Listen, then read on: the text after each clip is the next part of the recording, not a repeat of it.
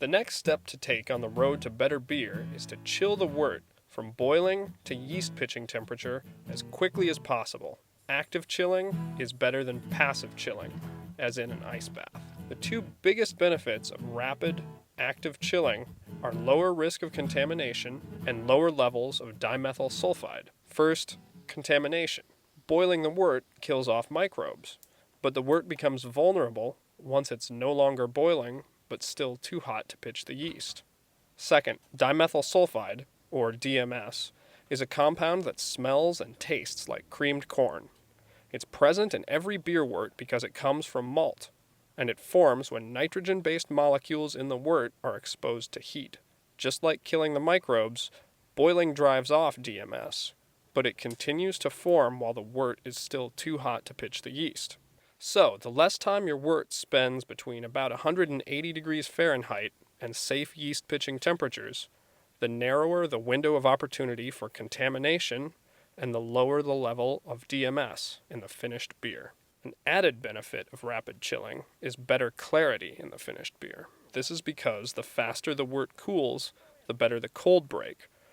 Cold break is proteins from the malt that coagulate and settle out during chilling. These proteins contribute to haze in the secondary fermenter and in the bottle, so the greater the amount left in the kettle, the sooner you can achieve clear beer in your glass. The best, most sanitary way to actively and quickly bring wort from boiling to pitching temperature is with a wort chiller. Wort chillers work by exposing wort to circulating cold water. They are far more efficient than a cold water bath because they create a much greater cooling surface area. Depending on the temperature of the cooling water, they can bring gallons of wort from boiling to yeast pitching temperature in 15 minutes or less, so they shave time off your brew day too. Wort chillers come in two basic designs, immersion and counterflow or plate. In this video, we will deal exclusively with immersion-style chillers because they are less expensive, easier to use and maintain, and work well for 5-gallon batches of extract and all-grain homebrew. We're going to use an immersion chiller to cool a partial volume extract wort. But first, before brewing day, we need to test some things out.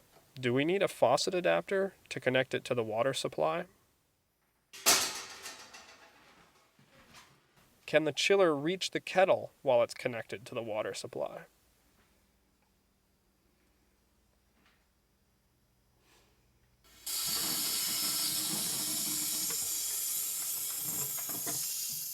Does the chiller work when the cold water is turned on? Looks good. Time to brew. While the wort is still boiling, we will sanitize the chiller. A very easy way to do this is to put the chiller right into the kettle for the last few minutes of the boil and let the heat sterilize it. Put both hoses into the drain of the sink or into a bucket, as the heat will cause any condensation or water left in the chiller from its last use to spit out. Be careful not to melt the hoses on the side of your kettle.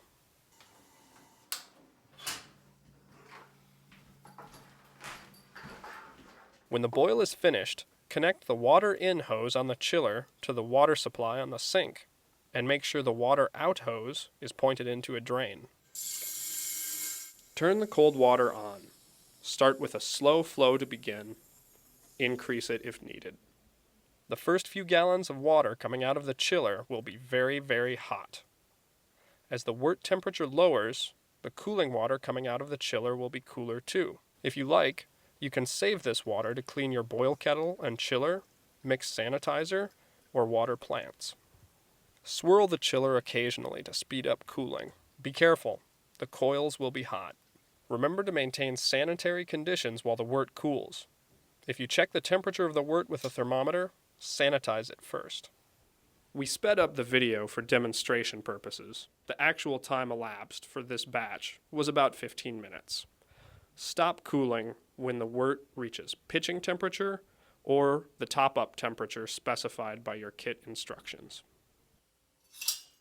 When the wort has chilled to pitching temperature, remove the chiller and transfer the wort to the fermenter, top up if necessary, and pitch the yeast. Use hot water and a soft cloth or sponge to rinse the coils. Then hang it to drain and store dry. Let's recap the tangible differences active cooling of wort makes in your beer. 1. We get a lower incidence of off flavors from contamination due to bacteria or wild yeast. 2. Minimal cooked corn aromas and flavors from ever-present dimethyl sulfide. 3. The beer is clearer and less hazy in the glass earlier in its life. Actively chilling wort. Another step taken on the fun-filled road to your own perfect beer. Brew on, brewer.